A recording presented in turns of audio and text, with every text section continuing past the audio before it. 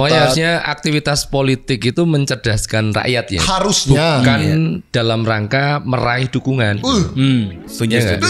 Dan kemudian pada pelaksanaannya dia harus mampu melayani rakyat, bukan mengeksploitasi rakyat. Wih deh. Melayani. Karena kan politik itu pelayanan sebenarnya. Iya. Riayah suunil ummah. Mengurus Melayani kepentingan umat.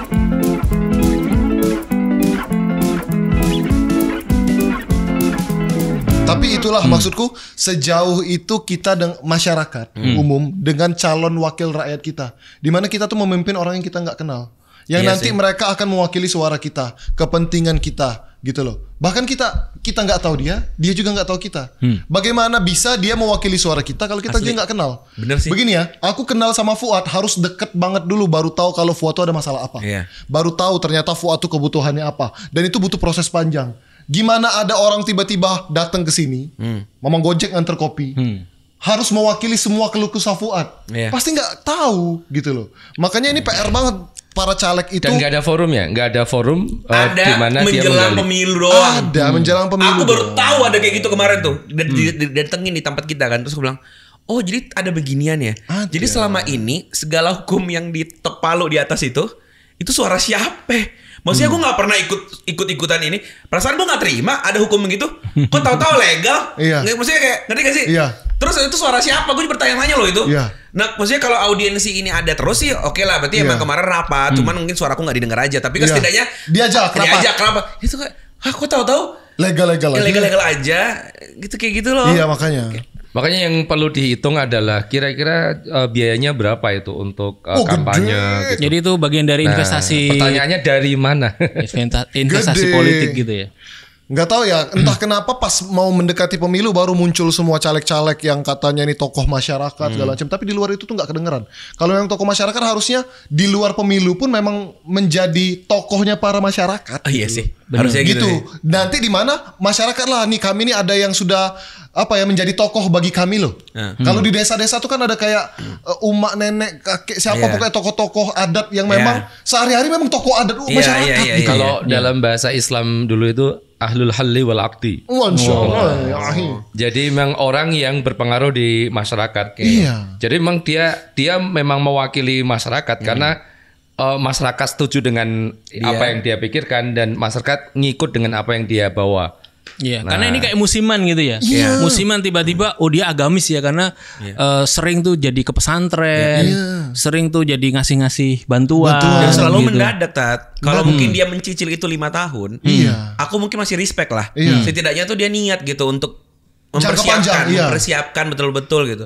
Itu tuh selalu mendadak. Dan kadang aku juga pengen nyalahin si calegnya ya, tapi juga nggak bisa karena ini masyarakatnya juga sama. Bener. Kemarin aku lihat ada orang yang aku respect banget di dunia periklanan. Intinya dia tuh aku respect lah orangnya. Terus dia ngupload story yang bikin aku tuh ngerasa, oh ternyata masyarakat Indonesia tuh kayak gini ya. Dia bilang gini, gimana guys, udah siap pilih caleg yang mana? Kalau gue sih jelas-jelas aja yang kemarin udah perbaikin jembatan di samping kali rumah gue. Jadi kayak ngapain sih gue milih yang cuman ngomong doang, janji-janji, visinya jelas. Udah jelas aja yang kemarin jalanan depan rumah gue diberesin, ya dia aja gitu. Terus bilang, oh ya kita emang kayak gitu, ngerti gak sih? Serendah itu. Iya kitanya juga kayak gitu. Jadi ya wajar lah calegnya juga mikir, gue pengen ngasih gagasan sih, cuman pasti kalah main ngasih duit, gue nyari duit juga lah gitu. Iya, rendah banget. Iya, ada segmentasi masyarakat memang kayak gitu sih. Jadi dia mudah lupa dengan peristiwa sebelumnya. Itu karena momen itu aja jadi ingat. Maka mending di akhir-akhir itu. Bener. Jadi itu yang dipakai dan itu kan lebih efisien daripada berinvestasi 5 tahun untuk mendidik masyarakat. Lebih baik ya 2 hari mendadak tapi dapat mendadak tapi dapat suara, bisa mendidik menduduk habis itu menduduk di bangku parlemen. Ya setidaknya yang atas-atas masih menyicil jadi kepala daerah dulu gitu. Karena banyak hal mendadak loh kita lihat. Ada 2 hari orang masuk di partai. Terus hari berikutnya 3 hari. Hari ketiga. Gitu. Besok juga ada yang mendadak sehari kayaknya. 14 terus 15-nya berubah gitu ya.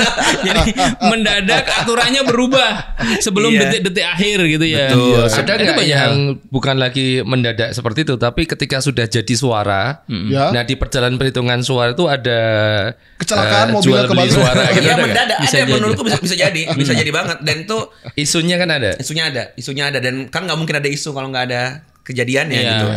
Kalau nggak ada isinya ya. Cuman kayak capek nggak mungkin gak ada sih? asap kalau nggak ada api. Gitu mungkin. Nah, jujur ya, gue tuh orang yang sangat respect sama orang yang ngasih gagasan. Bener. Yang mau ngajaknya tuh diskusi gitu. Cuman memang masyarakat masih banyak kayak gini kan. Tapi di titik ini aku cuma kayak dalam hatiku ya. Ya udahlah. Setidaknya, aku mikirnya ya, setidaknya kalaupun ada yang nyoblos, ya kan, ataupun harus memilih gitu ya. Dan mungkin cuman gue nih yang suka sama dia nih, karena dia ngasih gagasan atau apapun. Terus yang lain tuh milih karena ngasih minyak, ngasih kita dikasih pupuk. Iya, pupuk. Kayak aku suka menanam aja, tiba-tiba depan rumah ada pupuk. Hey, jadi kata gue nggak dikasih Ustaz Felix pokoknya. Ini juga dapat dia pupuk ya. Cuma nggak bisa dipakai di semprot. Wah, apa aku tidak menyimpan tanaman. Maksud gue udah pasti banyak yang milih dia, orang-orang kayak gitu. Cuman gue mikirnya seenggaknya gue waras lah. Walaupun pas gue nyoblos misalkan gue tahu dia nggak bakal kepilih juga nih. Gue tahu dia niat, dia tulus, dia cerdas, dia ini, tapi kayaknya orang nggak bakal milih deh. Orang kayaknya bakal milih yang ngasih dia duit nggak sih? Bener. Iya, dan politik uang kalau kita lihat nih banyak di berita-berita itu kan ya. Ada yang dikasih bantuan. Bener. Sekian. Ada yang tiba-tiba kita nggak tahu ya. Jadi dia tokoh-tokoh masyarakat, ada influencer segala macem. Itu mudah berpindah dari satu kubu ke kubu yang lainnya. Gitu. Itu bisa jadi. Oh, ada banyak hal yang unik juga tuh. Makanya aku dulu pernah bahas sama siapa? Adalah followers di live streaming. Lagi live membahas tentang politik memang. Nanyain Bang Rizko pilih siapa dan lain-lain gitu ya. Selalu kalau kita di ngaji diajari itu seperti Fuad tadi. Kalau ngelihat calon pemimpin itu bukan lihat sosoknya bukan, tapi lihat gagasannya. Iya. Ingat nggak dulu ada pemilu yang 2016 apa yang panas banget tuh? Yang 1-2 tuh udah kayak mau perang saudara nih. Yang satu udah kayak perwakilan surga, satu perwakilan negara. 2019 kali. Iya, atau mungkin sebelumnya ya. 2014. 19 yang sampai ada pembubaran semua. Itu parah banget pokoknya. Sampai ada musuhan pemilu kemarin. Iya, pokoknya pemilu sebelumnya gitu ya, yang lagi panas-panasnya banget. Karena kita satu kelompok membela sosok ini sebagai hero mereka banget, yang ini juga membela sebagai sosok hero mereka banget. Wah, debat, tahu-tahu berkoalisi. Berkoalisi. Akhirnya satu meja bareng gitu ya. Makan bakso bareng sekarang. Yang tadinya berantem, keluarga di WA, chatnya udah nggak nyaman, saling sikut menyikut. Itu kan jadi cringe banget. Iyalah. Karena kenapa? Mereka membela sosok bukan membela gagasannya. Karena sosok itu ya bisa berubah. Iya benar. Mau siapa aja. Betul. Wong kita sekarang misal taruhlah pemimpinnya Antum atau Ustadz Felix, itu bisa kapan aja berubah loh. Tapi kan kenapa kita stay di ngaji itu karena kita punya sepakat dengan gagasan yang sama. Iya, betul. Nah itu tuh yang aku selalu mencoba ingetin sama teman-teman, sama para viewer, sama masyarakat Indonesia semua. Lihat gagasannya, nggak usah lihat orangnya. Makanya sesuai nggak dengan value yang kamu harapkan. Makanya jangan terkecoh dengan spanduk caleg yang cakep, cantik, segala macam. Wah, pokoknya yang ngejreng, yang kebalik-balik, yang gimmick-gimmick, yang BTW namanya Adolf Hitler. Kalau gagasannya bagus. Kalau gagasannya bagus, bukan seperti Nazi, tapi syariat ya boleh gitu ya. Makanya gitu loh. Gagasan yang membahagiakan dunia dan akhirat gitu. Oh iya, maksudnya gitu. Harusnya aktivitas politik itu mencerdaskan rakyat ya. Harusnya. Bukan dalam rangka meraih dukungan. Setuju.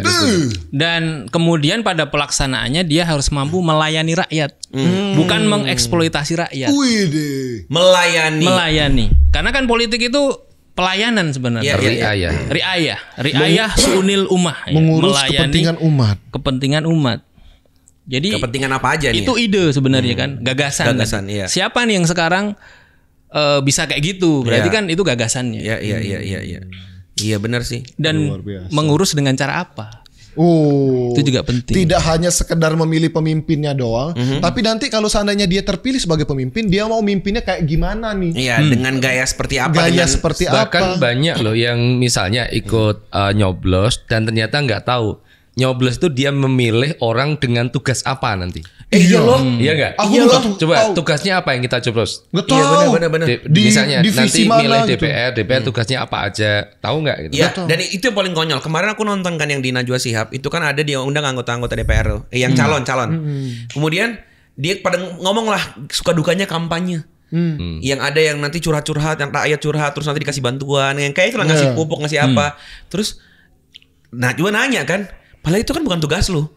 Dia bilang iya ya. Maksudnya rakyat juga nggak tahu bahwa tugasnya DPR itu bukan itu. Iya. Iya kan? Jadi ngerti gak sih? Iya. Jadi dikira tugasnya tuh ya udah Bapak bantuin jembatan saya ini. Iya. Itu bukannya tugas. Itu tugasnya apa kok jadi Iya, itu tugas kuli Jawa tuh benerin jembatan rusak. Itu maksud aku. Jadi seolah-olah semua yang di atas tugasnya adalah ngasih duit. Bener. Kayak gitu loh. Jadi kayak ya udahlah. Nolongnya personal banget. Padahal ketika sudah ngomongin pemimpin itu yang dibahas itu adalah keseluruhan. Bener. Iya. Sampai Dan ke janjinya hukum. juga gitu. Aku ingat kemarin ngomongnya jelas. Aku waktu datang ke kayak apa ya? Mungkin ya temu lah, bertemu diskusi. Aku berharap dia akan ngomong loh. Iya. Jadi kami insya Allah kalau nanti terpilih, kami akan menyuarakan coba keluhannya apa aja. Nah itu ada 4 biasanya. Satu aspirasi.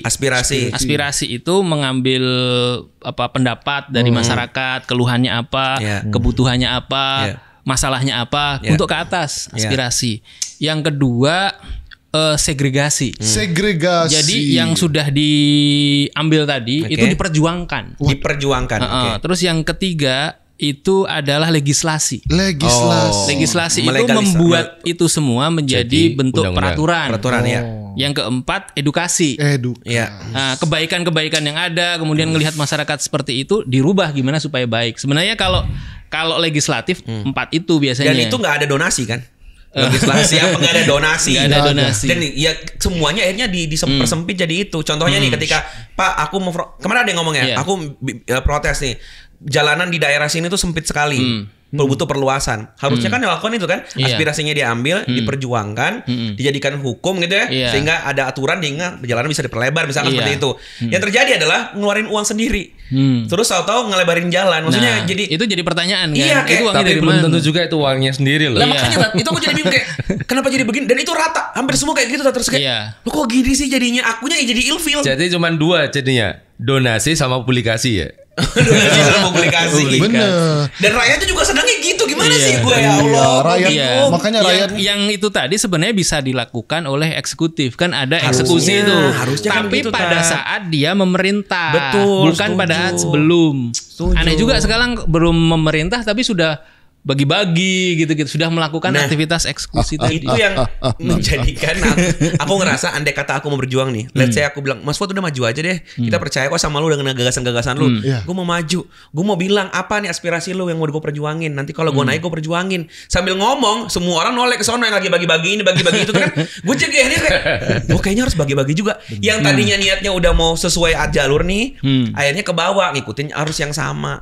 Kan gitu. Karena kalau lu mainnya dengan cara yang seperti beda sendiri, lu main dengan idealisme lu, lu akan ketutup dengan yang lain-lain. Iya benar-benar. Dan apa ya, aku ngelihat cara-cara caleg ini mengambil hati rakyat, nggak dengan donasi out of nowhere tiba-tiba dateng ngasih barang-barang yang nggak dibutuhin juga. Tiba-tiba depan rumah ada pupuk dengan pilih ini. Ya dibutuhin pun bagiku tuh nggak. Iya, kayak kemarin gitu tiba-tiba datang ke komplek ngobrol-ngobrol sebentar, dibagi kasih minyak. Kasih minyak goreng, perasaan minyakku ada kok katanya.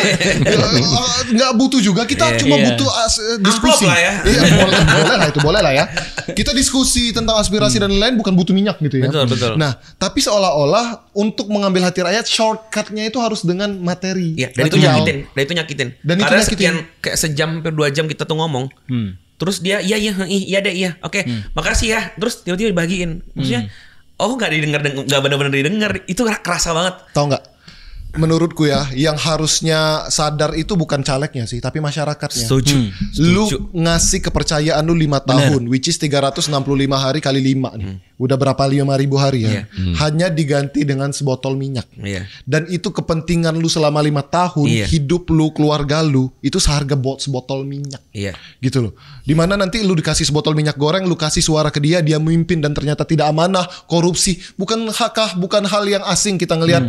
Wakil-wakil rakyat ini korupsi, tiba-tiba ngelegalkan hukum yang aneh-aneh. Yang dimana rakyatnya minta berbeda, malah mereka berbeda. Betul. Mementingkan. Simpel deh, orang pada demo. Iya, demo-demo. gitu ya, mementingkan investor asing daripada rakyat, akhirnya bikin pabrik tapi rakyatnya diusir yang kayak di daerah mana gitu kan.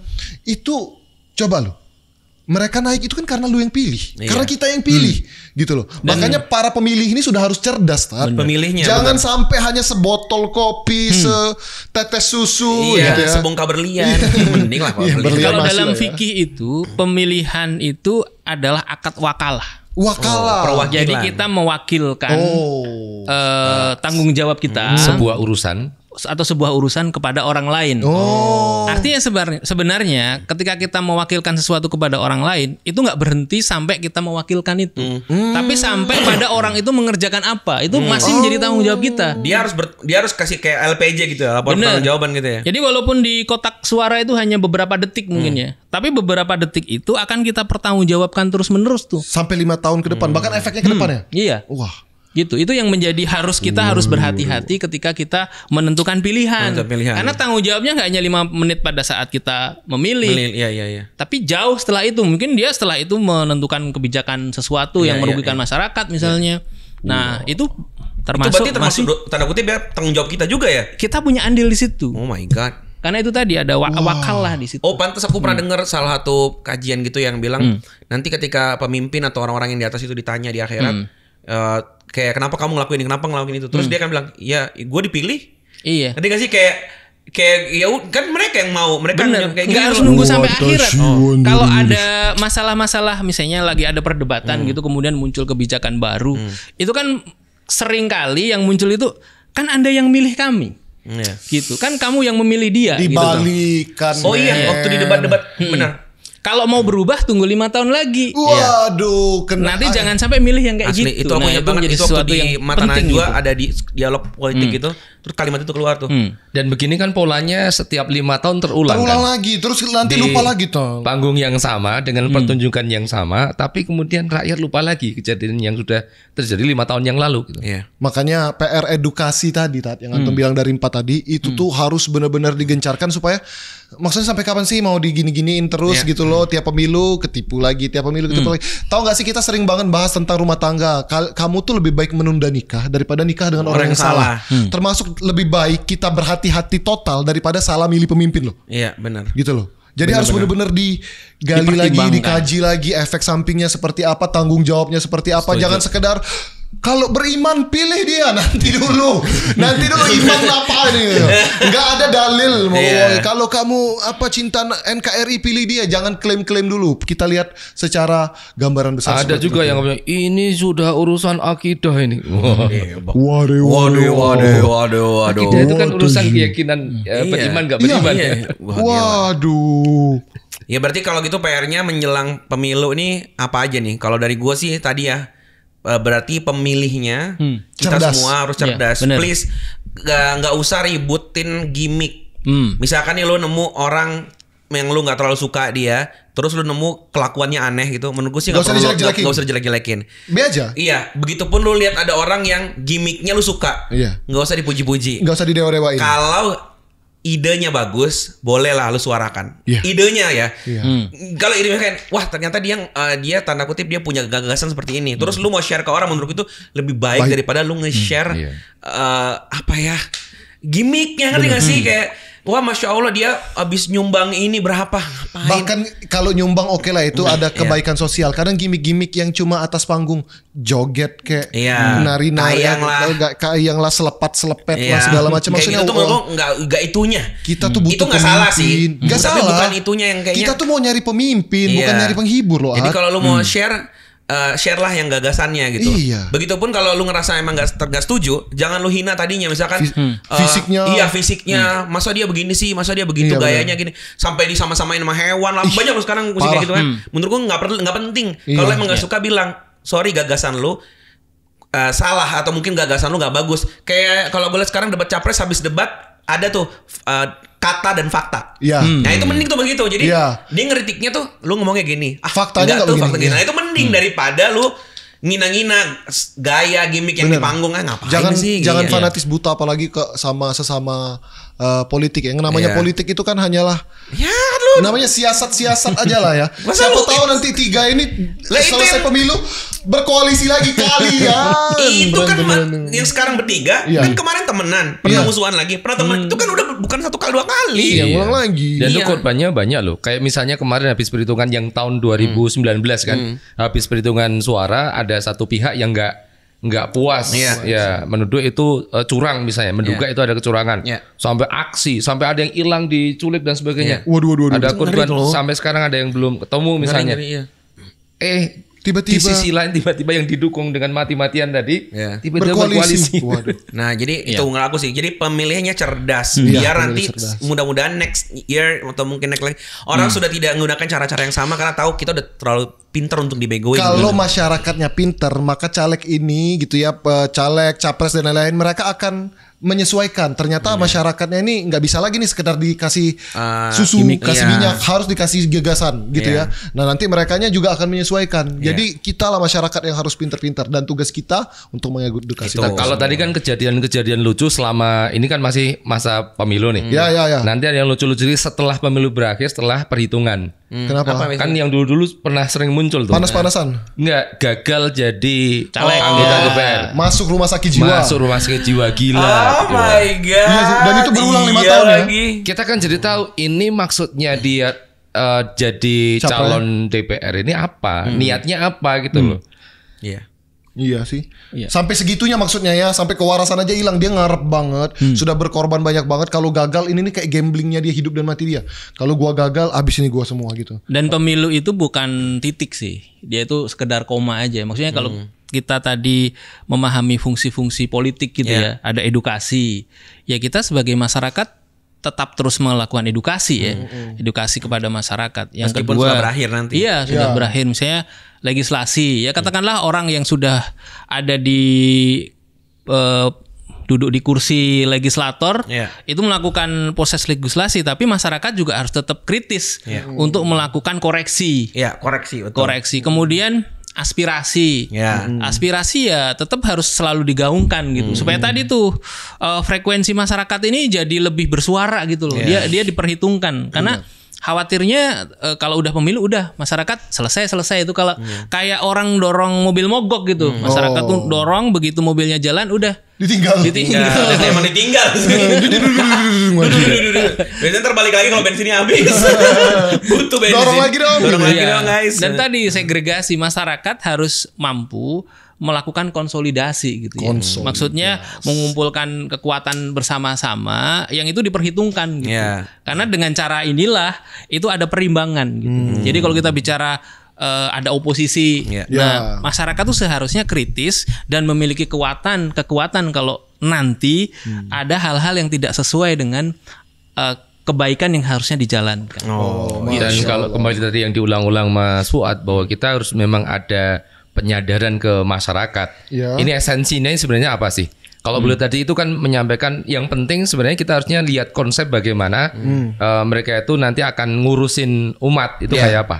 Ini kan kembali kepada konsep politik dalam Islam, riayah sunil ummah, bagaimana ngurusi urusan-urusan umat. Itulah arti politik kan. Politik yang sebenarnya di situ. Maka ketika nanti ada aktivitas politik entah kampanye entah apa yang harusnya menonjol itu adalah gagasan bagaimana umat ini diurus gitu loh. Nah, maka kemudian kalau sekarang yang terjadi seperti ini, justru yang muncul banyak gimmick, banyak bukan pencitraan. Keluarga yang diurus. Nah, itu kan itu kasih sayang ya udahlah ya.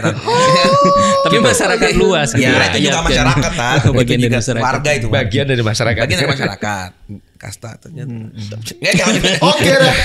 Jadi itu ya yang jangan juga tadi ya, jangan saling ribut. Walaupun mungkin tahun ini aku rasa tidak terlalu ya. Iya, enggak sepanas yang kemarin. Tapi kita nggak tahu harapannya ke depannya kalaupun nanti 2 periode maksudnya 2 putaran pemilihannya terus jadi panas-panas lagi. Iya sih, bener sih. Ingat maksudnya belajar dari pengalaman. B aja. Kalau lu ada yang mau didukungnya silakan, pilihan lu maksudnya ya. Biasa aja, nggak harus ngejelekin yang lain, nggak harus segala macam. Kita seluruh warga Indonesia ini pengen Indonesia tuh lebih baik bukan? Gitu. Maka berdoa, berjuang bersama-sama, nggak sekedar menyerahkan tanggung jawab, tapi itu juga ada tanggung jawab di tangan kita.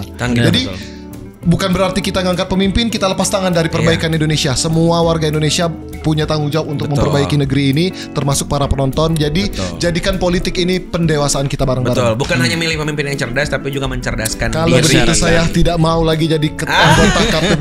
Gajinya mau jadi apa? Juta. Mau jadi apa abis ini? Mau buka sablon ya. Mau buka sablon Anda. Saya kebetulan sudah dapat pinjaman dana dari luar negeri. Oh gitu. Untuk nyalek. Saya mau cetak. Saya cetak apa tuh? Karena dia mau jualan minyak gorengnya tadi.